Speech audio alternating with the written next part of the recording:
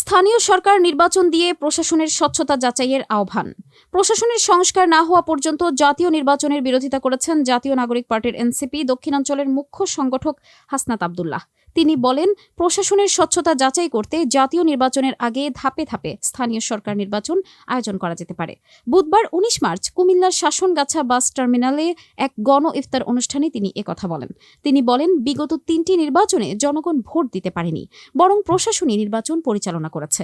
এই অবস্থায় প্রশাসনের সংস্কার ছাড়া সুষ্ঠু নির্বাচন সম্ভব নয়। হাসনাত আব্দুল্লাহ আরও বলেন, আওয়ামী লীগকে পুনর্বাসনের ষড়যন্ত্র চলছে, কিন্তু এনসিপি তা মেনে নেবে না।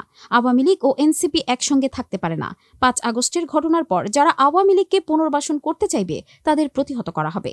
তিনি চাঁদাবাজ, টেন্ডারবাজদের বিরুদ্ধে কঠোর ব্যবস্থা নেওয়ার আহ্বান জানান এবং প্রশাসনকে স্থানীয় সরকার নির্বাচনের মাধ্যমে নিজেদের স্বচ্ছতা প্রমাণ করার সুযোগ দেওয়ার কথা বলেন। গণ ইফতার মাহফিলে এনসিপির যুগ্ম সদস্য সচিব রিফাত রশিদের সভাপতিত্বে আরও উপস্থিত ছিলেন শাকিব হোসাইন, আবু রায়হান, রাশেদুল হাসান সহ অন্যান্য নেতারা।